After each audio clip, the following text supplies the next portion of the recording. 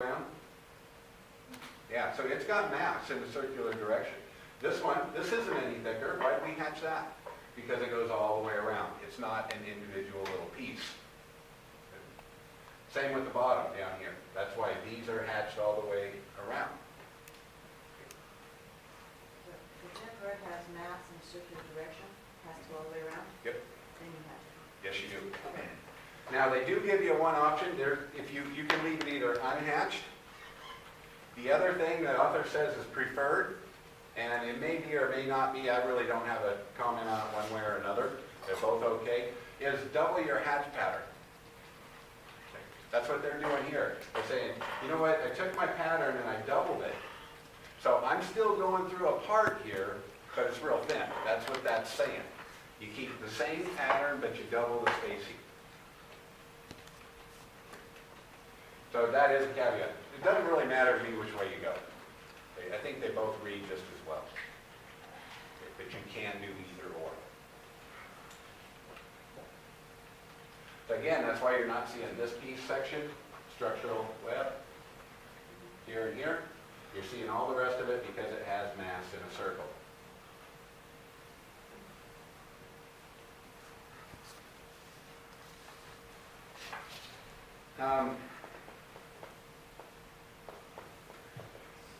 After this, the exception to this rule is if the section passes through the object perpendicular to the long axis. So we're going to go back to 43 on this and kind of explain that a little bit more.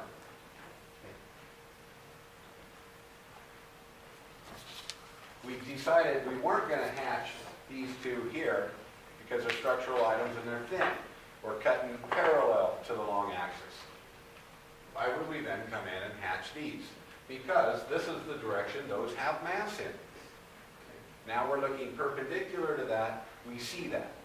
Therefore, they get hatched.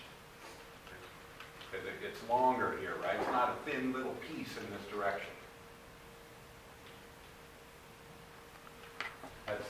This also kind of rolls into that circular mass of an object.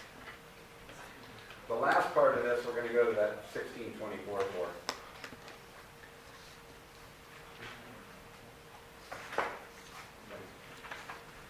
Here's another little thin part. We talked about this view already where we've got two different parts that are being clamped together. Well, what's this? I'm guessing it's going to be a washer. Okay, it's again a very thin device. We don't really have enough room to come in and get a hatch pattern established. So we're not going to do little thin pieces like that. So just don't, you've got a thin piece, you know, think 1/8 inch or so. I'm not even going to bother hatching. There's one other thing we don't hatch. Standard parts, what did I say on this one? Figure 1637.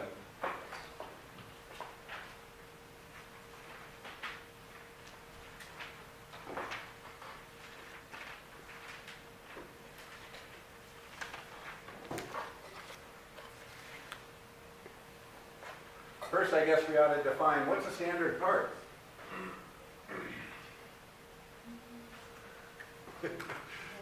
I don't know, they're all standard. We talk a lot of standards. No, what is a standard part? A standard part is anything we're not building, we're buying it from a vendor. We just call it a standard part. Okay, so my firm's not building this, I'm purchasing it. A real common standard part, nuts and bolts. Okay, we've got companies out there that knock those things out for pennies a piece. Why would I go ahead and pay a machinist who I'm paying 50, 60, 70 bucks an hour to make a threaded fastener when I can buy one for 35 cents? So, in essence, here's your section view coming through. The bolts aren't sectioned, because we're not building them. Now, we still draw them in their entirety. We just don't section. So anything you purchase from a vendor does not get section line in any view. You still draw them in place, but we're not worried about it. We're not going to build it.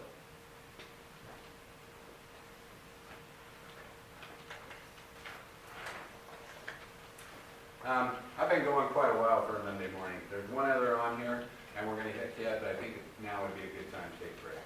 So I'm seeing some eyes glaze over. I'm looking